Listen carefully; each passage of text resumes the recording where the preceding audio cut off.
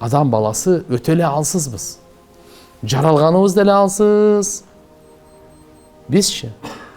Бирок инсан экенбиз да. Дүнүйө кичине тегеректеп койсо, башкачараак болуп калат экенбиз.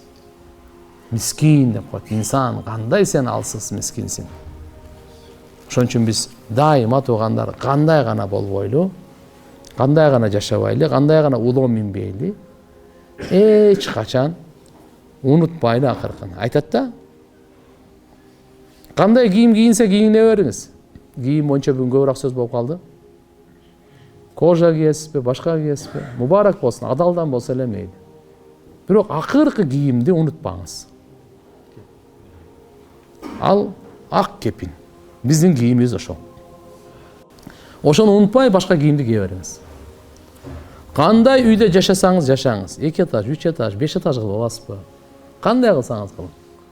Бирок акыркы үй 2 метр квадрат, ошону унутпаңыз. Инсан мискин. Кандай гана төшөктө жатып бериңиз. Диванбы, кожанойбу, не баладан. Бирок акыркы төшөк, топурак деген төшөк бар, ошодо жатканды унутпаңыз.